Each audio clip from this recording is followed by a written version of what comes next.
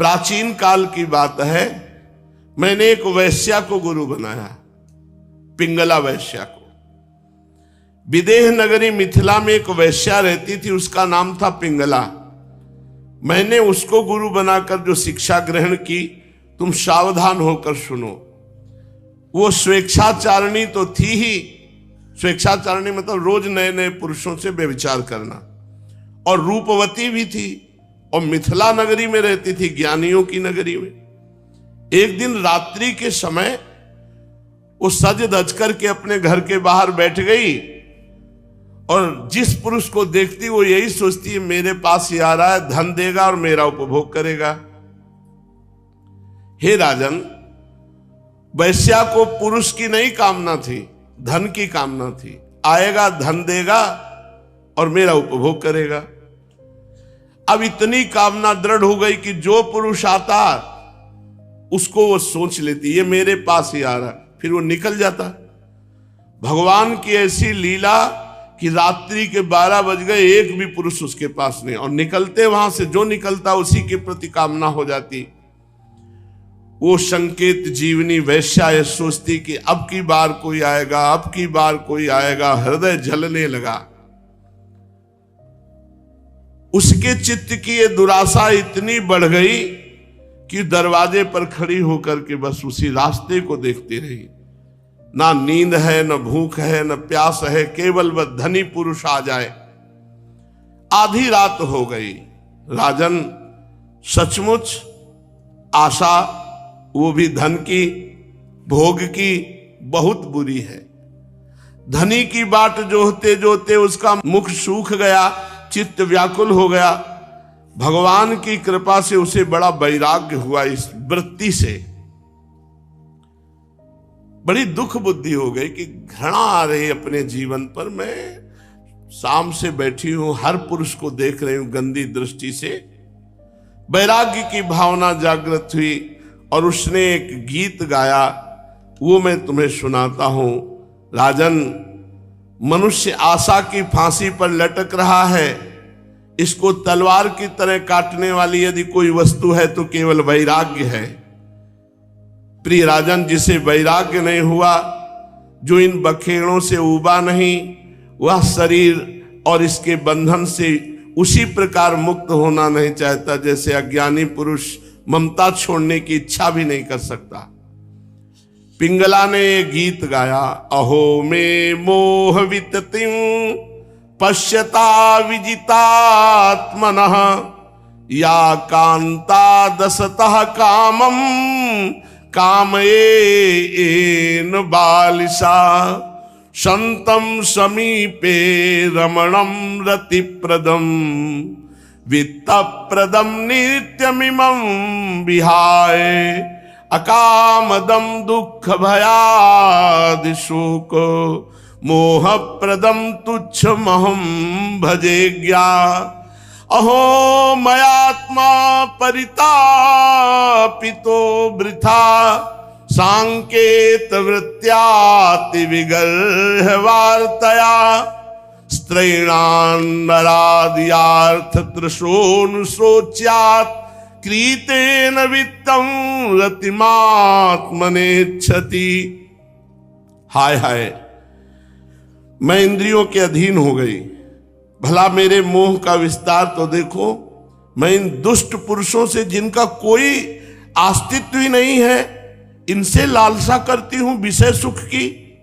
कितने दुख की बात है। सचमुच मैं मूर्ख हूं। देखो तो सही, मेरे निकट से निकट हृदय में मेरे सच्चे स्वामी भगवान श्री हरि विराजमान हैं। वे भगवान वास्तविक प्रेम, सुख और परमार्थ का सच्चा धन भी देने वाले हैं।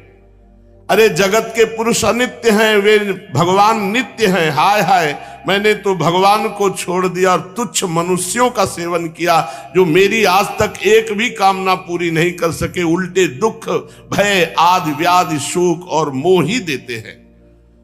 ये मेरी मूर्खता की हद है कि मैंने भगवान का सेवन न करके मनुष्यों का सेवन किया। बड़े खेद की बात है कि मैंने अत्यंत निंदनीय आजीविका वैश्यावृत्ति का आश्रय लिया और व्यर्थ में अपने शरीर और मन को क्लेश दिया, पीड़ा पहुंचाई। हाय मेरा यह शरीर बिक गया। लंपट लोभी निंदनीय मनुष्यों ने इसे भोगा। मैं इतनी मूर्ख हूं कि इसी शरीर से धन और रति सुख चाहती हूं। मुझे धिक्कार है। क्या है ये शरीर? इसमें हड्डियों के टेढ़े तिरछे बांस और खंभे लगे हुए हैं, चाम रोम नाखूनों से छाया गया। इसमें 9 दरवाजे हैं जिनसे मल निकलते रहते हैं। इसमें संचित संपत्ति के नाम पर केवल मल और मूत्र है। मेरे अतिरिक्त ऐसी कौन स्त्री है जो इस स्थूल शरीर को अपना प्रिय समझकर सेवन करेगी? यूं तो ये विदेहों की जीवन मुक्तों की नगरी है, परंतु इसमें मैं ही सबसे मूर्ख और दुष्ट हूं, क्योंकि अकेली मैं ही तो आत्मदानी अविनाशी एवं परम प्रीतम परमात्मा को छोड़कर दूसरे पुरुषों की अभिलाषा करती हूं। मेरे हृदय में विराजमान प्रभु समस्त प्राणियों की हितैषी सुहृद प्रीतम स्वामी और मेरी आत्मा है। अब मैं अपने आप को देकर भगवान को खरीद लूंगी और इनके साथ वैसे ही विहार करूंगी जैसे लक्ष्मी जी करती हैं। अय मेरे मूर्ख चित्त, तू बतला तो सही, जगत के विषय भोगों ने और उनके देने वाले पुरुषों ने तुझे कितना सुख दिया है? अरे वो स्वयं पैदा होते हैं और मर जाते हैं, वो मुझे क्या सुख देंगे? मैं केवल अपनी ही बात नहीं कहती, केवल मनुष्यों की भी नहीं, क्या देवताओं ने भी भोगों के द्वारा अपनी पत्नियों को संतुष्ट कर दिया? वे बेचारे तो स्वयं काल के गाल में पड़े पड़े करा रहे हैं। अवश्य ही मेरे किसी शुभ कर्म का उदय हुआ और भगवान मुझ पर प्रसन्न हुए, तभी तो दुराशा से मुझे इस प्रकार वैराग्य हुआ। अवश्य आज मेरा परम सुखमय दिन है कि मुझे संसार से वैराग्य हो गया। यदि मैं मंदभागिनी होती तो मुझे ऐसे दुख ही ना उठाने पड़ते जिनसे वैराग्य होता है। मनुष्य वैराग्य के द्वारा ही घर आदि के सब संबंधों को काटकर शांति लाभ करता है। अब मैं भगवान का ये कृपा उपकार आदर पूर्वक सिर झुकाकर स्वीकार करती हूं और आज के बाद नियम लेती हूं कि विषयों की दुराशा को कभी स्वीकार नहीं करूंगी। कितना कृपा हुआ! अगर अनुकूलता मिल जाती तो बात नहीं बनती, प्रतिकूलता मिली तो आज मैं नियम लेती हूं कि आज के बाद कभी विषय भोग नहीं करूंगी और जगदीश्वर भगवान श्री हरि की शरण ग्रहण करती हूं। अब मुझे प्रारब्ध के अनुसार जो कुछ मिल जाएगा उसी से निर्वाह कर लूंगी और बड़े संतोष और श्रद्धा के साथ रहूंगी। मैं आज के बाद किसी पुरुष की तरफ आंख उठाकर नहीं देखूंगी। अपने हृदय में विराजमान आत्मस्वरूप भगवान के साथ विहार करूंगी। ये जीव संसार के कुएं में गिरा हुआ है, विषयों ने इसे अंधा बना दिया है, काल रूपी अजगर ने इसे अपने मुंह में दबा रखा है। अब भगवान के सिवा कोई दूसरा रक्षा कर ही नहीं सकता। जिस समय जीव समस्त विषयों से विरक्त हो जाता है उस समय स्वयं ही अपनी रक्षा कर लेता है। इसलिए बड़ी सावधानी से ये देखते रहना चाहिए कि जगत काल रूपी अजगर से ग्रस्त है। और उसी समय अवधूत दत्तात्रेय जी वहीं खड़े थे।